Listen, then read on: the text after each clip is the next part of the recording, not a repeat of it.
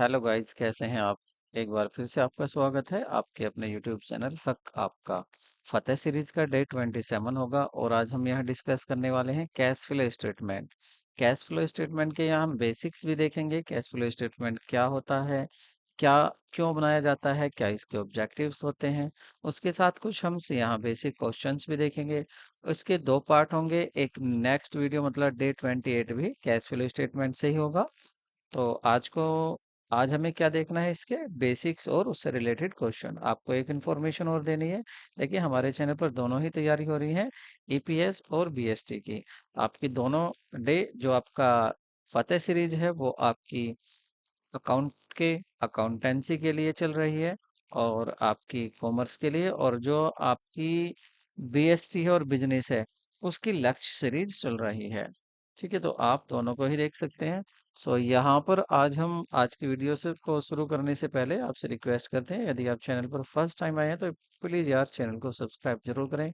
काफ़ी मेहनत लगती है एक वीडियो को बनाने में, तो एक सब्सक्राइब तो बनता ही है।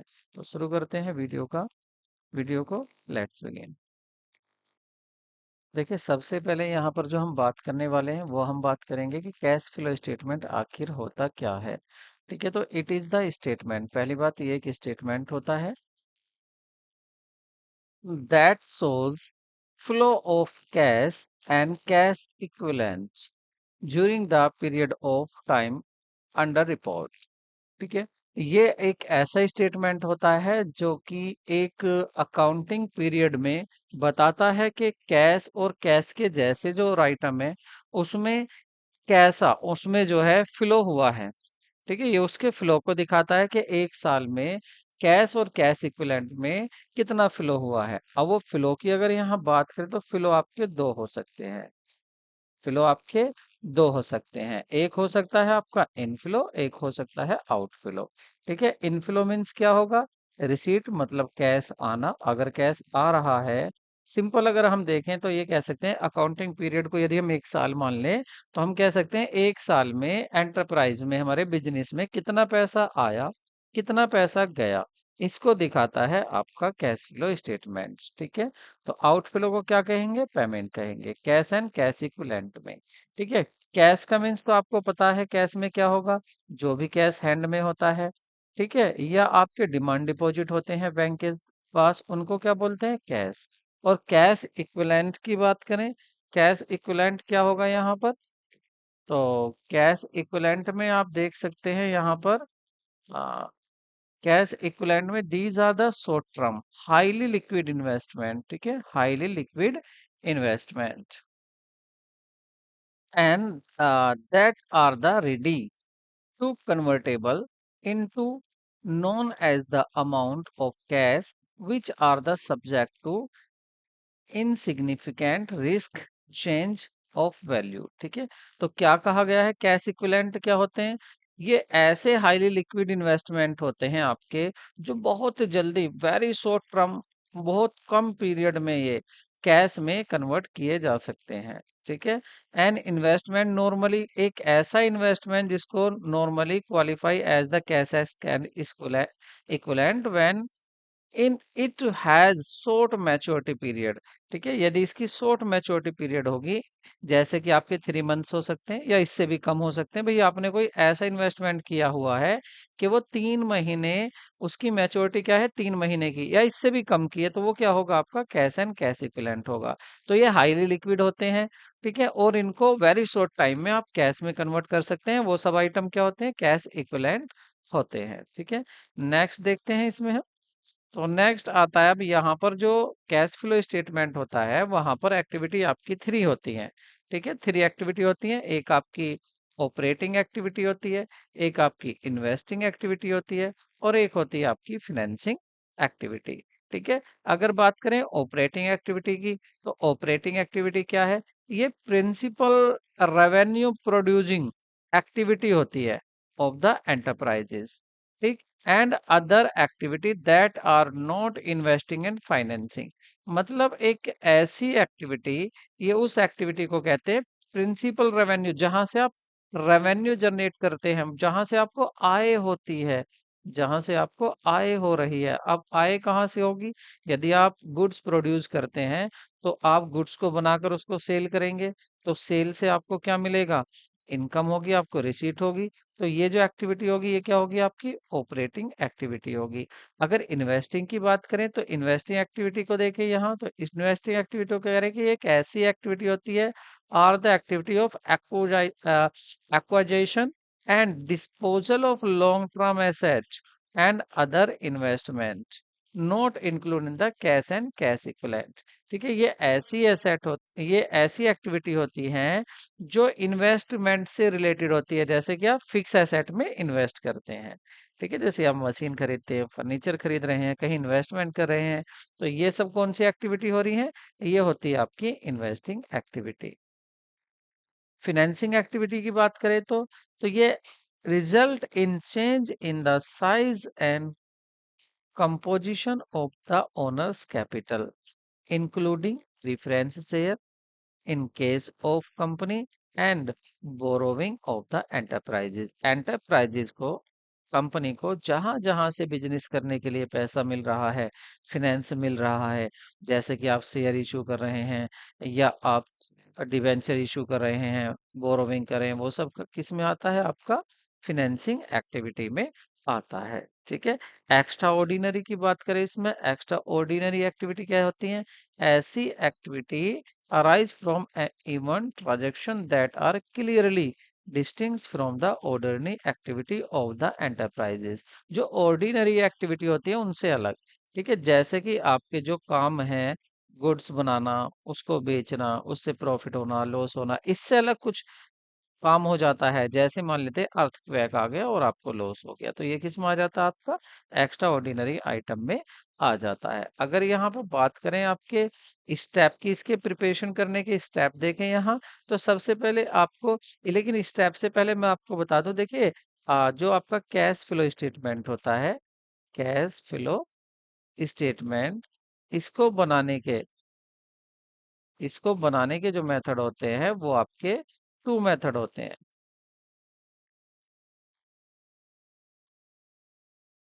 प्रिपरेशन जो इसके मेथड होते हैं वो होते हैं आपके टू।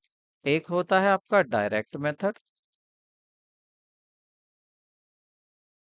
एक होता है आपका डायरेक्ट मेथड। ठीक है, और एक होता है आपका दूसरा इनडायरेक्ट मेथड। ये आपको याद रखनी है बात, काफी अच्छा क्वेश्चन यहाँ से बनता है। Indirect method. ठीक है, अब डायरेक्ट मेथड का और क्या याद रखना है आपको? आपको याद रखना है इसका दूसरा नेम। दूसरा नेम क्या है इसका? Pick and drop. Pick and drop method. ठीक है, पिक एंड ड्रॉप मेथड। ठीक है, यहाँ पर एक्टिविटी कितनी होती है? आपकी थ्री एक्टिविटी होती है। ठीक है, तो आपको इसके बनाने के स्टेप क्या है? देखिए, हम बात करेंगे यहाँ पर किसके? इनडायरेक्ट मेथड की। तो इसके क्या है वो, और ये दिया किसने है? कौन बताता है आपको कैश फ्लो स्टेटमेंट बनाना है कैसे बनेगा? वो बताता है आपको अकाउंटिंग स्टैंडर्ड थ्री। ये भी आपको याद रखना है। यदि आपसे पूछता अकाउंटिंग स्टैंडर्ड थ्री क्या बताता है, तो वो बताता है कैश फ्लो स्टेटमेंट। ये भी यहाँ से क्वेश्चन पूछा जाता है। ठीक है, अब यहाँ पर बात क्या आती है साथ में ही? यहाँ बात आती है कि आप कैश फ्लो स्टेटमेंट को यदि तैयार करते हो इनडायरेक्ट मेथड में, तो कैसे करते हो आप? सबसे पहले आप कैश फ्लो देखते हो ऑपरेटिंग एक्टिविटी से, कि कैश फ्लो कितना हुआ है। देखिए, फ्लो दो हो सकते हैं, इनफ्लो आउटफ्लो। इनफ्लो मतलब पैसा बिजनेस में आ रहा है, और आउटफ्लो बिजनेस से पैसा जा रहा है। ठीक है, या कैश यूज हो रहा है बिजनेस में। ठीक है, तो आपको क्या करना है? सबसे पहले कैश फ्लो देखना होता है ऑपरेटिंग एक्टिविटी से, उसके बाद देखना होता है कैश फ्लो इन्वेस्टिंग एक्टिविटी से, उसके बाद कैश फ्लो देखते हैं आप फिनेंसिंग एक्टिविटी से। ठीक है, स्टेप फोर में क्या करते हैं कि जो भी एक्टिविटी होती हैं इन सब का टोटल कर देते हैं, और साथ में कैश एंड कैश इक्विवेलेंट का ओपनिंग बैलेंस भी ऐड कर देते हैं। ठीक है, तो आंसर जो आता है वो आता है आपका कैश एंड कैश इक्विवेलेंट का क्लोजिंग बैलेंस। तो अगर आपका क्लोजिंग बैलेंस आ रहा है सही, तो आपका क्वेश्चन सही है, अदरवाइज आपका गलत है। ठीक है, इसके साथ कुछ और भी इंपॉर्टेंट बातें हैं जो हमें डिस्कस करनी है।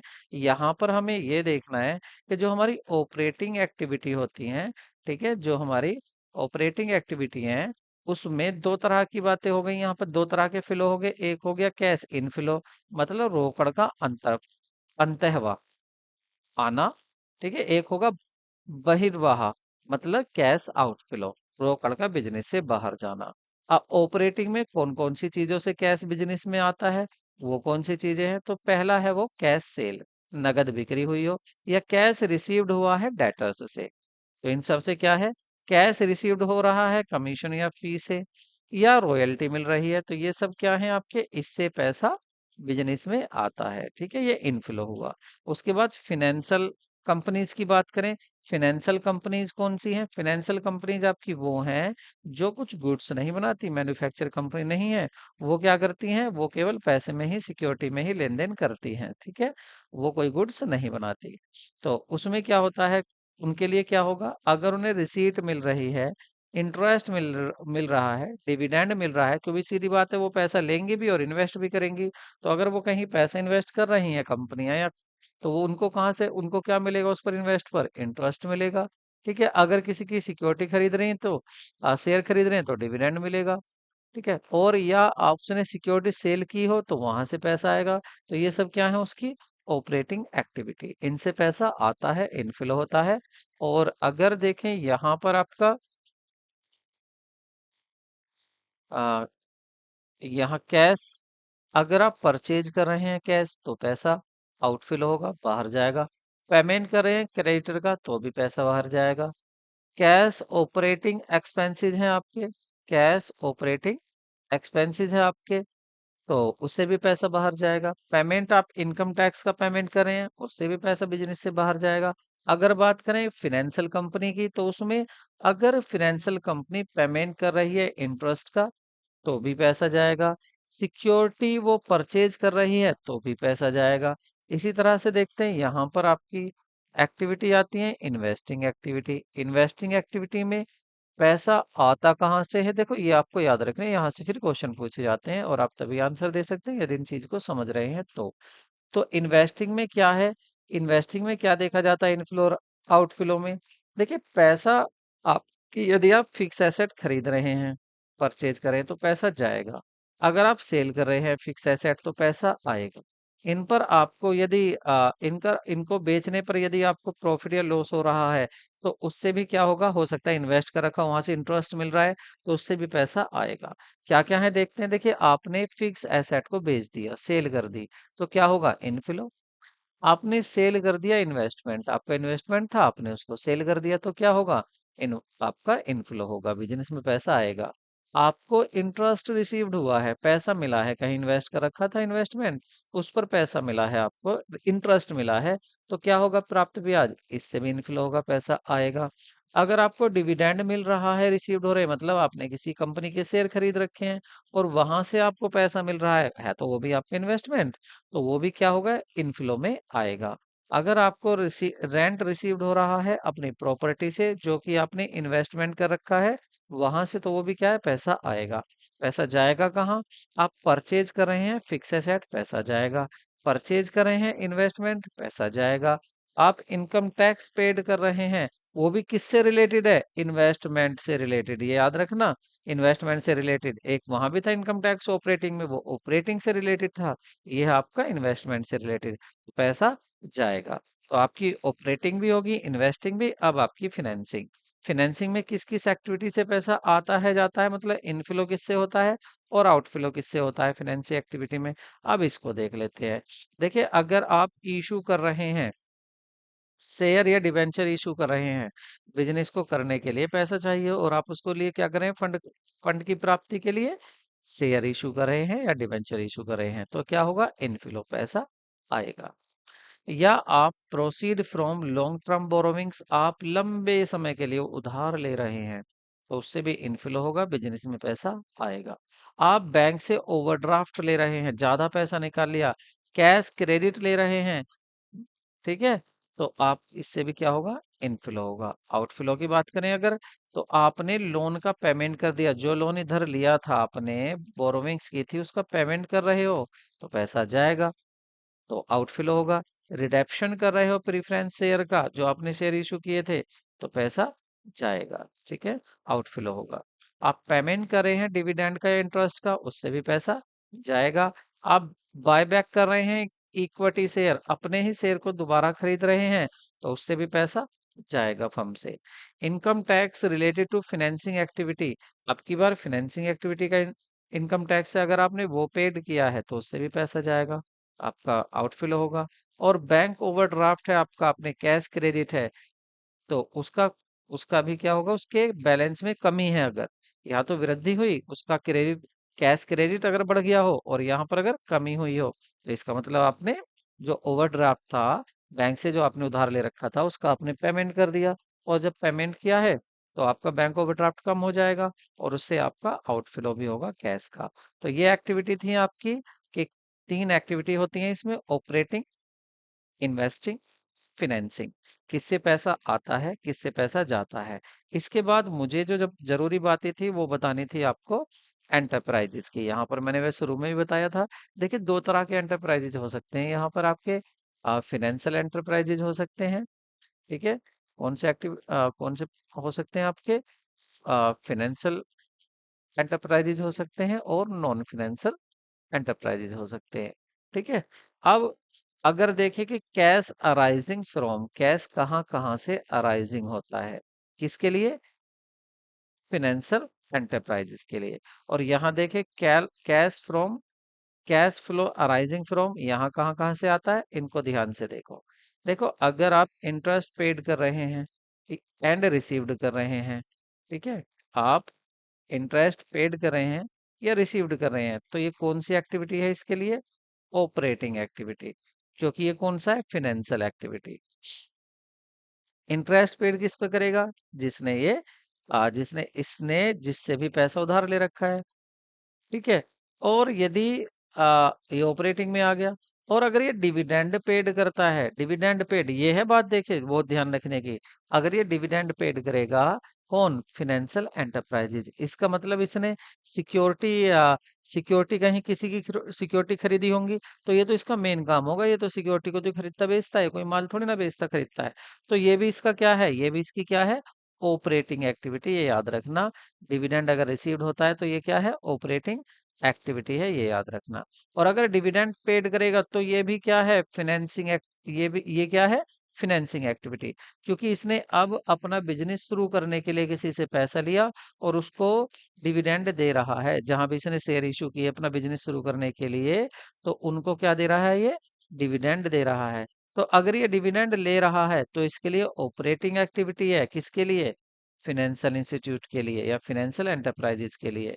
अगर वो डिविडेंड रिसीव्ड कर रहा है तो क्या है, ऑपरेटिंग। और जरा यहाँ देखना, अगर नॉन फाइनेंशियल की बात करें और ये डिविडेंड पेड करेगा, ये रहा डिविडेंड पेड करेगा, तो कौन सी एक्टिविटी है, फिनेंसिंग एक्टिविटी। और इसके लिए क्या थी, ऑपरेटिंग एक्टिविटी, क्योंकि देखिए ये ये जो है ये गुड्स बनाता है, ये मैन्युफैक्चरिंग करता है, ठीक है, लेकिन ये क्या करता है, केवल पैसों में लेन देन करता है।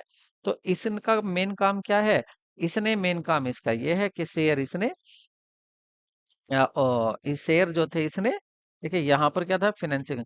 तो अब यहाँ सॉरी, मैं पेड की नहीं बता रहा, रिसीव्ड की बता रहा हूँ। तो इंटरेस्ट एंड डिविडेंड रिसीव्ड, तो देखिए इसके लिए क्या है, इसके लिए क्या है, इन्वेस्टिंग एक्टिविटी। अगर डिविडेंड रिसीव्ड हो रहा है तो इसके लिए क्या है, नॉन फाइनेंशियल के लिए इन्वेस्टिंग एक्टिविटी। और इसके लिए क्या था, ऑपरेटिंग एक्टिविटी। क्यों, क्योंकि भाई इसका तो मेन काम यही था, ये किसी के शेयर खरीदेगा या बेचेगा। अगर ये किसी के शेयर खरीदता है, किसी के शेयर खरीदता है, तो ये तो इसका मेन काम हुआ, मेन ऑपरेटिंग एक्टिविटी हुई इसकी, प्रिंसिपल रेवेन्यू एक्टिविटी हो गई इसकी ये, ठीक है। और अगर ये क्या कर, तो यहाँ पर ऑपरेटिंग, क्योंकि देखिए इसका क्या काम था, इसका काम था, ये क्या करता है, ये शेयर को किसी के शेयर खरीदता है, तो इसकी मेन काम यही है, शेयर खरीदना। तो इसको क्या मिलेगा, शेयर खरीदने पर इसको मिलेगा आपका डिविडेंड, ठीक है। और ये इसका क्या है, मेन ऑपरेशन है, तो ये क्या होगा, इसके लिए ऑपरेटिंग एक्टिविटी हो गया। लेकिन इसका काम ये खरीदना थोड़ी ना था शेयर, इसका काम था गुड्स बनाना, नॉन फाइनेंशियल का। लेकिन इसने क्या किया, इसने भी शेयर खरीद लिए, तो ये तो इसने पैसा इन्वेस्ट कर दिया कहीं, तो ये इसकी इन्वेस्टिंग एक्टिविटी में आता है, ये आपको याद रखना है। तो यहाँ पर अगर डिविडेंड लेने की बात हो तो ये इसके लिए इन्वेस्टिंग होता है, और इसके लिए क्या होता है, इसके लिए ऑपरेटिंग होता है, ये आपको याद रखना है। ठीक है। पेड करने की बात आए तो दोनों के लिए फाइनेंसिंग है, क्योंकि दोनों ने अपने शेयर इशू किए हैं, दोनों को ही पैसा चाहिए। तो ये भी बात मुझे यहाँ बतानी थी, यहाँ से क्वेश्चन पूछ लिए जाते हैं। ठीक है। एक यहाँ पर जो डिस्कस करना था वो था आपका प्रपोज डिविडेंड। ठीक है। प्रपोज डिविडेंड के बारे में थोड़ी सी बात करेंगे। देखिए, प्रपोज डिविडेंड की अगर यहाँ बात करें तो बोथ इक्विटी शेयर हो या आपका प्रीफरेंस शेयर हो, ठीक है, are paid after being declare approved by the shareholder in the annual general meeting AGM. ठीक है। देखिए, या तो आपका प्रीफरेंस शेयर हो, ये आपका इक्विटी शेयर, दोनों पर क्या दिया जाना है? डिविडेंड दिया जाना है। अब अगर साल के बीच में, ठीक है, अगर साल के बीच में मतलब अभी आपकी एजीएम नहीं हुई, एनुअल जनरल मीटिंग नहीं हुई है, ठीक है, उससे पहले ही जो डिविडेंड डिक्लेयर कर देते हैं, जो डिक्लेयर डिविडेंड कर दिया जाता है, उसको क्या बोलते हैं? Propose dividend. लेकिन जब एजीएम हो जाएगी, उस एनुअल जनरल मीटिंग में जो शेयर होल्डर होंगे वो फाइनल करेंगे, वो बताएंगे कि ये देना है या कम देना है या ज्यादा देना है। ठीक है। तो इसलिए ये देना है नहीं देना है अभी कुछ नहीं पता, ये डिपेंड होगा किस पर? आपके एजीएम पर। जो बोर्ड ऑफ डायरेक्टर थे, उन्हें उन्होंने तो साल के बीच में ही डिक्लेयर कर दिया प्रपोज डिविडेंड कि भाई हमें इतना डिविडेंड देना, लेकिन फाइनल कौन करेगा? अप्रूव्ड कौन करेगा? वो अप्रूव्ड करेंगे आपके शेयर होल्डर एजीएम में, एनुअल जनरल मीटिंग में। तो ये अब अप्रूव्ड होकर कम होगा ज्यादा होगा पता नहीं, तो ऐसी लाइबिलिटी जिसका पता नहीं कितना अमाउंट देना है या नहीं होना है, उसको बोलते हैं कॉन्टीजेंट लाइबिलिटी। जैसे एक एग्जांपल बताता हूँ। जैसे देखिए, आप का कोई कस्टमर था, ठीक है, उस कस्टमर को आपने कुछ गुड्स बेचा, गुड्स ने उसको नुकसान दे दिया, आप पर उसने केस कर दिया, ठीक है, केस फाइल कर दिया है, कोर्ट में केस चल रहा है, पता नहीं आप हारेंगे या जीतेंगे। अगर वो कस्टमर जीत जाता है तो आपकी फर्म पर लाइबिलिटी बनेगी, क्लेम कर देगा वो। ऑर्डर देगा कौन? जज। अगर जज ऑर्डर देता है तो वो लाइबिलिटी बनेगी। और अगर आपका ऐसा भी हो सकता है आप ही जीत जाए, तो ये एक किसी इवेंट पर, किसी घटना पर डिपेंड करता है कि पैसा देना है या नहीं। तो ऐसी लाइबिलिटी को बोलते हैं कॉन्टीजेंट लाइबिलिटी। ठीक है। जिसका ना ये पता कि देना कितना पैसा है, ना ये पता देना भी है या नहीं देना, तो उसको कॉन्टीजेंट लायबिलिटी कहते हैं। ठीक है। अब यहाँ पर जो आपका अकाउंटिंग स्टैंडर्ड 4 रिवाइज्ड हुआ था, तो उसमें कहा गया था कि जो कॉन्टीजेंट इवेंट होती हैं, जो कि बैलेंस शीट बनने की डेट के बाद आती हैं, जैसे प्रपोज डिविडेंड। ठीक है। तो इसी को आपको क्या करना है? इसको in the book of account जब क्लोज हो गई, भाई आपने बैलेंस शीट वगैरह तो बुक तो बना ली, अकाउंट तो बना लिया, उसके बाद पता चला कि कितना देना है, तो इस तरह की जो प्रपोज डिविडेंड मतलब कॉन्टीजेंट लायबिलिटी की तरह होते हैं, इनको नोट टू अकाउंट में दिखाया जाता है। नोट टू अकाउंट मतलब जो बैलेंस शीट के बाद आपका वर्किंग जो आप बनाते हैं, एक अलग से नोट टू अकाउंट दिखाया जाता है, जिसमें डिटेल्ड आइटम दिखाए जाते हैं, आइटम्स की, हर आइटम की डिटेल दिखाई जाती है। तो वहां पर इसको कॉन्टीजेंट लायबिलिटी में दिखाते हैं, किसको? प्रपोज डिविडेंड को। ठीक है। तो आपको इसमें याद क्या रखना है? आपको याद ये रखना है कि जो प्रपोज डिविडेंड होता है, ये कॉन्टीजेंट लायबिलिटी में शो किया जाता है। ये होता क्या है? इसको कौन डिक्लेयर करता है? तो आप बताएंगे इसको बोर्ड ऑफ डायरेक्टर डिक्लेयर करते हैं। लेकिन इसको अप्रूव्ड कौन करता है? इसको अप्रूव्ड शेयर होल्डर करते हैं। कहाँ पर करते हैं? एनुअल जनरल मीटिंग में। ठीक है। एनुअल जनरल मीटिंग कब होती है? जब फिनेंशियल स्टेटमेंट, कंपनी के बैलेंस शीट वगैरह सब बनकर तैयार हो जाती हैं, उसके बाद आपकी एनुअल जनरल मीटिंग होती है। ठीक है। तो ये क्वेश्चन आपको याद रखने थे। अब मुझे पूछने हैं आपसे थोड़े से क्वेश्चन, मैं देखता हूँ कि आप आंसर कैसे देंगे। ठीक है। तो पहले क्वेश्चन की बात करते हैं। देखिए, पहले पूछा गया है कैश, इंक चेंज कर लेते हैं थोड़ी। Cash flow statement is based upon, जो कैश फ्लो स्टेटमेंट होता है वो किस पर निर्धारित है? पहला क्वेश्चन यही है कि कैश फ्लो स्टेटमेंट जो है वो किस पर डिपेंड है, किस पर बेस्ड है, किस पर निर्धारित है? तो क्या एक्चुअल बेसिस पर, या आपके कैश बेसिस पर, या अकाउंटिंग इक्वेशन पर, या नन ऑफ द अबव, इनमें से कोई नहीं। तो इसका सही आंसर होगा आपका एक्चुअल बेसिस पर। ठीक है। नेक्स्ट क्वेश्चन देखते हैं। सो नेक्स्ट क्वेश्चन है आपका, interest received by the other than financial enterprises. देखिए, ये कह रहे हैं other than financial enterprises is known, is so is show in the cash flow statement under.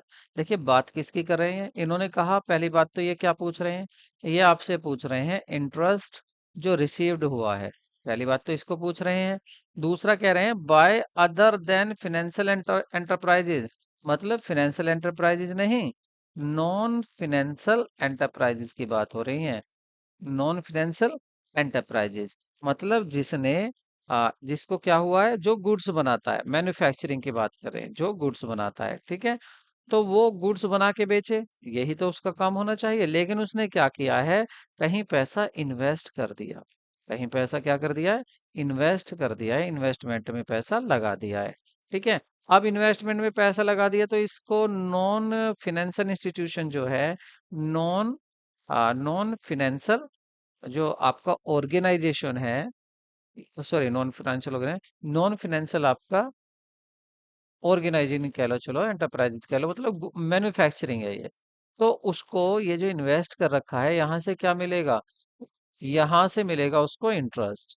तो ये जो इंटरेस्ट मिल रहा है, क्या ये उसकी ऑपरेटिंग एक्टिविटी है या उसकी इन्वेस्टिंग एक्टिविटी है, इन्वेस्टमेंट किया है तो कौन सी एक्टिविटी होगी, इन्वेस्टिंग एक्टिविटी होगी, ठीक है। नेक्स्ट क्वेश्चन देखते हैं।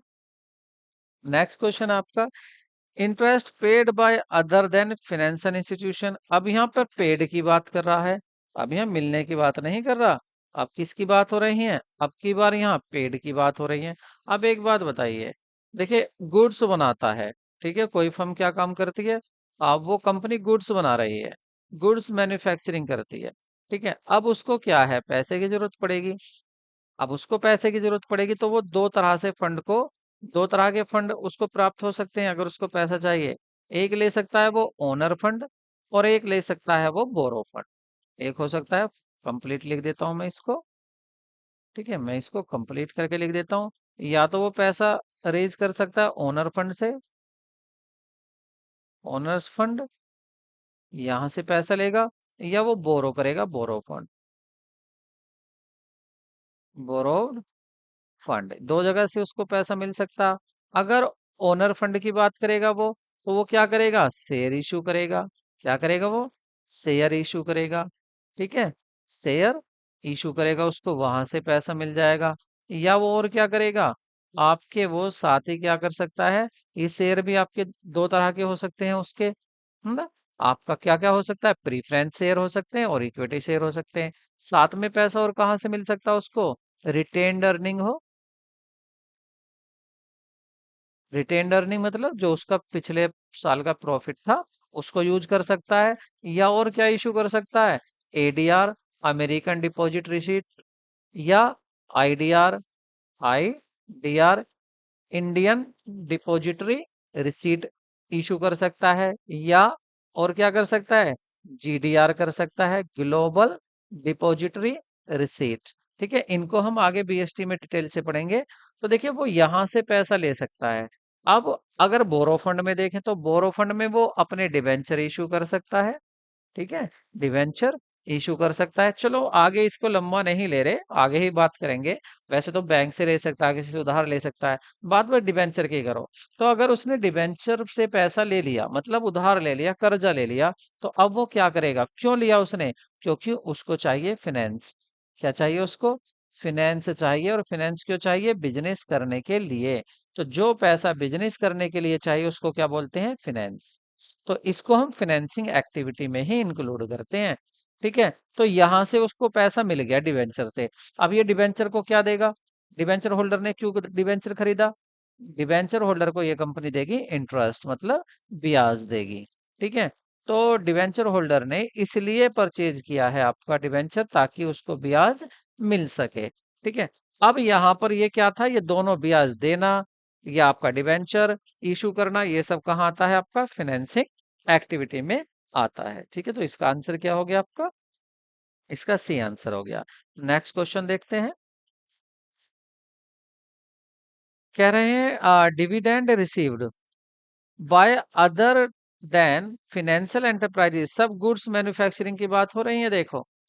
तो उसके लिए कह रहे हैं कि अगर वो डिविडेंड उसको मिल रहा है, ठीक है, देखिए इसका मेन काम क्या है, इसका मेन ऑपरेशन क्या, ऑपरेटिंग क्या है इसकी, ऑपरेटिंग एक्टिविटी, ये गुड्स बनाए, सेल करे, सेल से जो पैसा मिलेगा वो किस में आ जाएगा, ऑपरेटिंग ऑपरेटिंग एक्टिविटी में आ जाएगा। ठीक है, लेकिन ये और भी कुछ काम कर देता है। और क्या काम कर देता है, कहीं इसके पास फालतू जैसे पैसा आया, इसने इन्वेस्ट भी कर दिया। क्या कर दिया, इन्वेस्ट कर दिया, इन्वेस्टमेंट बना लिया अपना। अब इन्वेस्टमेंट पर क्या मिलेगा, इसको इंटरेस्ट मिलेगा। तो ये कहाँ जाएगा, इसका इन्वेस्टिंग एक्टिविटी में। या इसने किसी कंपनी के शेयर परचेज कर लिए, किसी कंपनी के शेयर खरीद लिए। अब शेयर पर क्या मिलेगा इसको, शेयर पर इसको मिलेगा डिविडेंड। वो कंपनी, जिस कंपनी के भी इसने डिविडेंड शेयर खरीदे हैं, वो कंपनी क्या देगी इसको, डिविडेंड देगी वो कंपनी इसको। ठीक है, तो ये सब क्या हो रहा है, इन्वेस्ट कर दिया उसने, इन्वेस्टिंग एक्टिविटी की बात हो रही है, तो कौन सा ऑप्शन होगा इसके लिए, इन्वेस्टिंग एक्टिविटी होगा। नेक्स्ट क्वेश्चन देखते हैं। नेक्स्ट है आपका, dividend received by financial enterprises is show in. अब इसको डिविडेंड मिल रहा है तो आप कहाँ शो करेंगे, अभी तो इसकी बात हुई थी, कहाँ होगा आपका, इन्वेस्टिंग एक्टिविटी में। क्वेश्चन ये रिपीट है। ठीक है, नेक्स्ट क्वेश्चन देखते हैं। यहाँ पर एक ऑप्शन और था, none of the above, none of the above. ठीक है, ये ऑप्शन भी था आपका डी। तो ये था आपका payment of income tax classified. अब आप इनकम टैक्स को पेड कर रहे हैं। पहली बात तो यहाँ इनकम पर टैक्स है, ये तो नहीं कहा कि इन्वेस्टिंग से, फाइनेंसिंग से। तो सीधा ये कहाँ पर जाएगा आपका, तो ये आपका सीधा सीधा हो जाता है आपका आंसर ए, ऑपरेटिंग एक्टिविटी। तो ये ऑपरेटिंग एक्टिविटी में हो जाता है। जब आप कमाओगे तो कमा कर इंटरेस्ट टैक्स भी पेड करोगे, तो ये किस में आ जाएगा आपका, ऑपरेटिंग एक्टिविटी में आ जाएगा। नेक्स्ट क्वेश्चन देखते हैं। कह रहे हैं an example of an activity which is classified as financing activity in case of all enterprises। ऐसी कोई ट्रांजैक्शन बताइए जो कोई सा भी एंटरप्राइजेज हो, या तो गुड्स बनाने वाला हो, मतलब फाइनेंसिंग एंटरप्राइज हो, या नॉन फाइनेंसिंग एंटरप्राइज हो, सभी के लिए क्या होना चाहिए, सभी के लिए activity which is classified as financing activity in case of financing activity, क्या होनी चाहिए सभी के लिए, फिनेंसिंग एक्टिविटी होनी चाहिए। ऐसा क्या होगा आपका, जो सभी कोई भी हो और सभी के लिए क्या है, फिनेंसिंग एक्टिविटी होगी। चाहे आपका माल बनाने वाला हो या पैसे में व्यापार करने वाला हो, सभी के क्या लिए होगी, वो फिनेंसिंग एक्टिविटी होगी। तो वो होगी आपकी financing activity in case of. तो कौन सी होगी सही, तो ये होगी आपकी payment of dividend of share. ये थोड़ा ऊपर नीचे हो गया आपका, ये आपका यहाँ पर सी है और वहां हो जाएगा डी। लेकिन सही आंसर क्या है आपका, बी, पेमेंट ऑफ डिविडेंड। देखिए कोई सा भी बिजनेस हो, फिनेंसिंग एंटरप्राइजेज हो आपका या नॉन फिनेंसिंग एंटरप्राइज हो, बिजनेस करने के लिए सभी को फिनेंस की जरूरत पड़ती है, पैसे की जरूरत पड़ती है। और जब फिनेंस की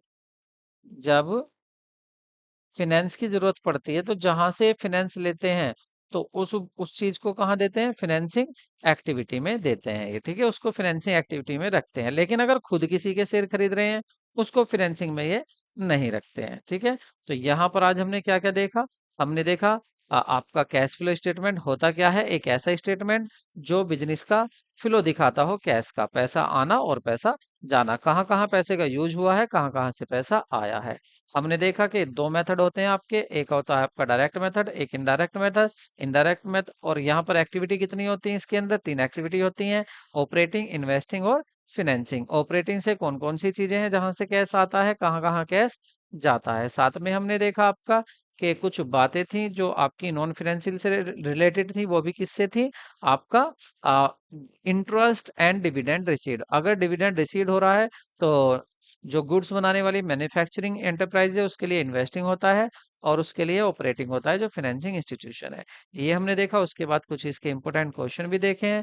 ठीक है, तो आई होप आपको वीडियो पसंद आई होगी। अगर आपको वीडियो पसंद आई हो तो वीडियो को लाइक करें, दोस्तों को शेयर करें। और हाँ, इसका जो पार्ट 2 आने वाला है, पार्ट 2 मतलब जो भी डे आपका नेक्स्ट होगा, डे नेक्स्ट क्या होगा, डे 28, उसको आप जरूर देखें। और उसमें इससे रिलेटेड सभी न्यूमेरिकल क्वेश्चन भी सोल्व किए जाएंगे और थ्योरी के भी क्वेश्चन उसमें पूछे जाएंगे। तो मिलते हैं नए वीडियो में, टेक केयर, बाय बाय।